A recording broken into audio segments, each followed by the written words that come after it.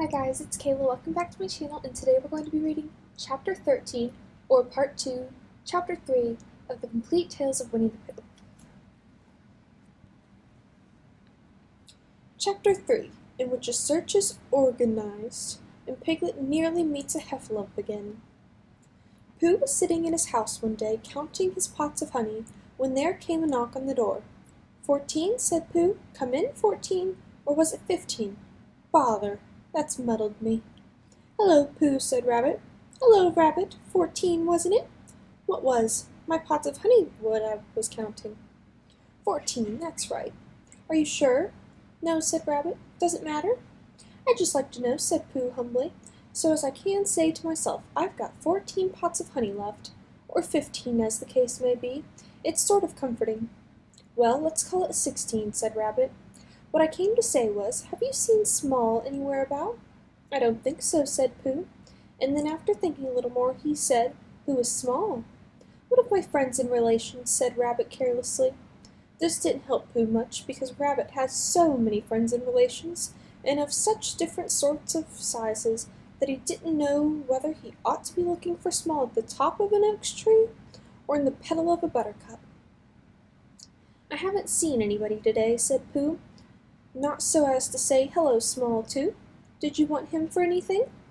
I don't want him, said Rabbit, but it's always useful to know where a friend and relation is, whether you want him or whether you don't. Oh, I see, said Pooh. Is he lost? Well, said Rabbit, nobody has seen him for a long time, so I suppose he is. Anyhow, he went on, importantly, I promised Christopher Robin I'd organize a search for him, so come on. Pooh said good-bye affectionately to his 14 pots of honey, and hoped they were 15, and he and Rabbit went into the forest.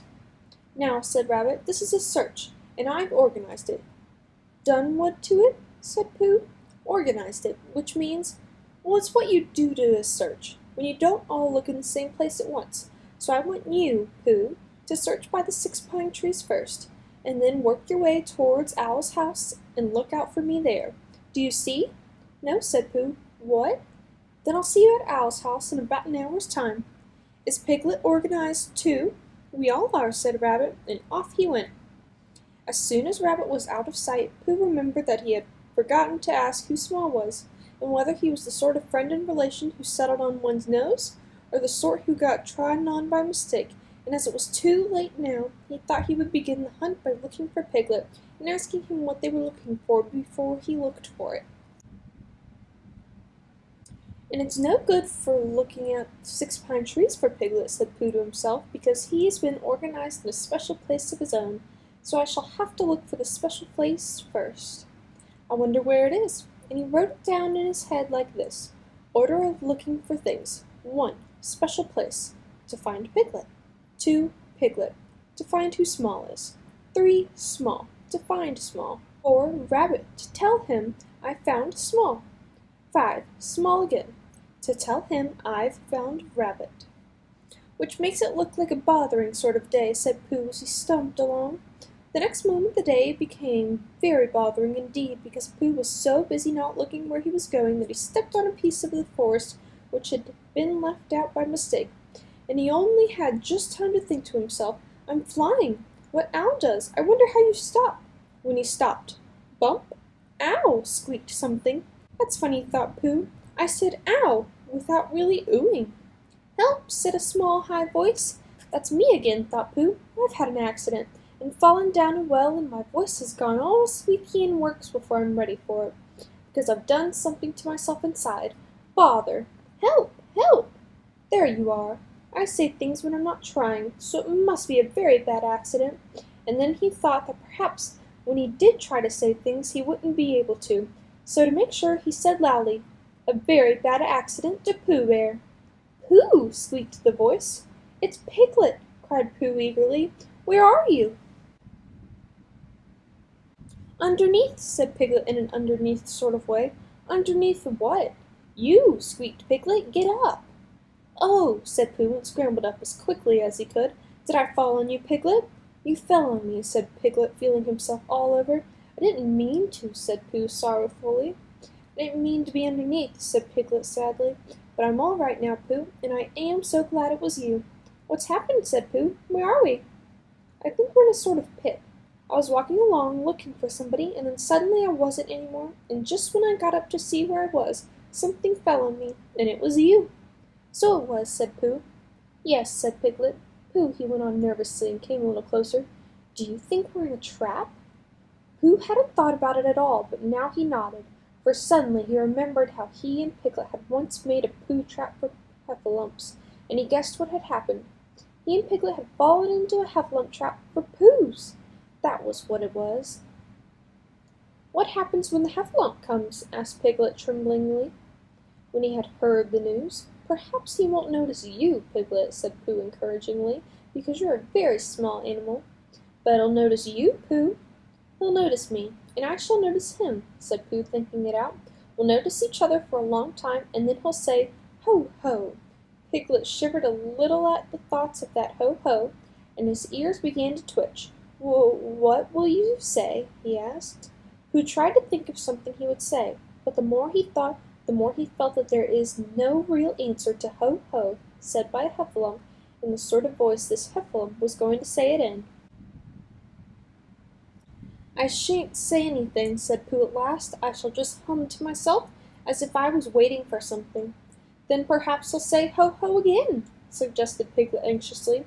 "He will," said Pooh. Piglet's ears twitched so quickly that he had to lean them against the side of the trap to keep them quiet. "He will say it again," said Pooh, "and I shall go on humming. And that will upset him, because when you say 'ho, ho' twice in a gloating sort of way, and the other person only hums, you suddenly find, just as you begin to say it the third time, that, well, you find—" "What?" "That it isn't," said Pooh. "Isn't what?" Pooh knew what he meant, but, being a bear of very little brain, couldn't think of the words. "Well, it just isn't," he said again. "You mean it isn't ho-hoish any more?" said Piglet hopefully. Pooh looked at him admiringly and said that that was what he meant, if you went on humming all the time because you couldn't go on saying "ho, ho" forever. "But he'll say something else," said Piglet. "That's just it. He'll say, 'What's all this?' and then I shall say, 'This is a very good idea, Piglet, which I've just thought of.' I shall say, 'It's a trap for a Heffalump which I've made, and I'm waiting for the Heffalump to fall in.' And I shall go on humming. That will unsettle him." "Pooh!" cried Piglet, and now it was his turn to be the admiring one. "You've saved us." "Have I?" said Pooh, not feeling quite sure. But Piglet was quite sure, and his mind ran on, and he saw Pooh and the Heffalump talking to each other, and he thought suddenly, and a little sadly, that it would have been rather nice if it had been Piglet and the Heffalump talking so grandly to each other, and not Pooh, much as he loved Pooh, because he had really had more brain than Pooh, and the conversation would go better if he and not Pooh were doing one side of it. And it would be comforting afterwards in the evenings to look back on the day when he answered a Heffalump back as bravely as if the Heffalump wasn't there. It seemed so easy now. He knew just what he would say. Heffalump gloatingly, "Ho, ho!" Piglet carelessly, "Tra-la-la, tra-la-la!" Heffalump surprised, not quite sure of himself, "Ho, ho!" Piglet more carelessly still, "Tiddle-um-tum, tiddle-um-tum!" Heffalump beginning to say "ho, ho," and turning it awkwardly into a cough. What's all this?" Piglet surprised. "Hello! This is a trap I've made, and I'm waiting for a Heffalump to fall into it." Heffalump greatly disappointing. "Oh!" after a long silence. "Are you sure?" Piglet. "Yes." Heffalump. "Oh!" nervously. I thought it was a trap I'd made to catch piglets." Piglet surprised. "Oh, no." Heffalump. "Oh!" apologetically. I must have got it wrong then." Piglet. "I'm afraid so," politely. "I'm sorry." He goes on humming. Heffalump. "Well, well, I suppose I'd better be getting back." Piglet, looking up carelessly. "Must you?" "Well, if you see Christopher Robin anywhere, you might tell him I want him." Heffalump, eager to please. "Certainly, certainly." He hurries off. Pooh, who wasn't going to be there, but we find we can't do without him. "Oh, Piglet, how brave and clever you are!" Piglet, modestly. "Not at all, Pooh." And then, when Christopher Robin comes, Pooh can tell him all about it. While Piglet was dreaming this happy dream, and Pooh was wondering again whether it has 14 or 15, The search for Small was still going on all over the forest. Small's real name was Very Small Beetle, but he was called Small for short when he was spoken to at all, which hardly ever happened except when somebody said, "Really small." He had been staying with Christopher Robin for a few seconds, and he started round a goose bush for exercise, but instead of coming back the other way, as expected, he hadn't, so nobody knew where he was. "I expected he's just gone home," said Christopher Robin to Rabbit. "Did he say good-bye and thank you for a nice time?" said Rabbit. "He'd only just said how do you do," said Christopher Robin. "Ha!" said Rabbit. After thinking a little, he went on. "Has he written a letter saying how much he enjoyed himself and how sorry he was he had to go so suddenly?" Christopher Robin didn't think he had. "Ha!" said Rabbit again, and looked very important. "This is serious. He is lost. We must begin the search at once." Christopher Robin, who was thinking of something else, said, "Where's Pooh?" But Rabbit had gone. So he went into his house and drew a picture of Pooh going on a long walk at about 7 o'clock in the morning. Then he climbed to the top of his tree and climbed down again. Then he wondered what Pooh was doing and went across the forest to see. It was not long before he came to the gravel pit, and he looked down, and there was Pooh and Piglet with their backs to him, dreaming happily. "Ho, ho!" said Christopher Robin loudly and suddenly. Piglet jumped 6 inches in the air with surprise and anxiety, but Pooh went on dreaming. "It's the heffalump," thought Piglet nervously. "Now then," he hummed in his throat a little, so that none of the words should stick, and then, in the most delightfully easy way, he said "Tra-la-la, tra-la-la," as if he had just thought of it. But he didn't look round, because if you look round and see a very fierce heffalump looking down at you, sometimes you forget what you were going to say.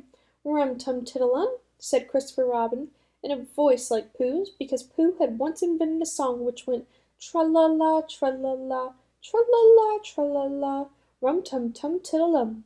So whenever Christopher Robin sings it, he always sings it in a Pooh voice which seems to suit it better. "He said the wrong thing," thought Piglet anxiously. "He ought to have said ho-ho again. Perhaps I had better say it for him." And as fiercely as he could, Piglet said ho-ho. "How did you get there, Piglet?" said Christopher Robin in his ordinary voice. "This is terrible," thought Piglet. "First he talks in a Pooh's voice, and then he talks in Christopher Robin's voice, and he's doing it so as to unsettle me." And being now completely unsettled, he said very quickly and squeakily, "This is a trap for Poohs, and I'm waiting to fall in it. Ho-ho, what's all this? And then I say ho-ho again." "What?" said Christopher Robin. "A trap for ho-hos," said Piglet huskily. "I've just made it, and I'm waiting for the ho-ho to come." How long Piglet would have gone on like this I don't know, but at that moment Pooh woke up suddenly and decided that it was 16. So he got up, and as he turned his head so as to soothe himself in that awkward place in the middle of the back where something was tickling him, he saw Christopher Robin.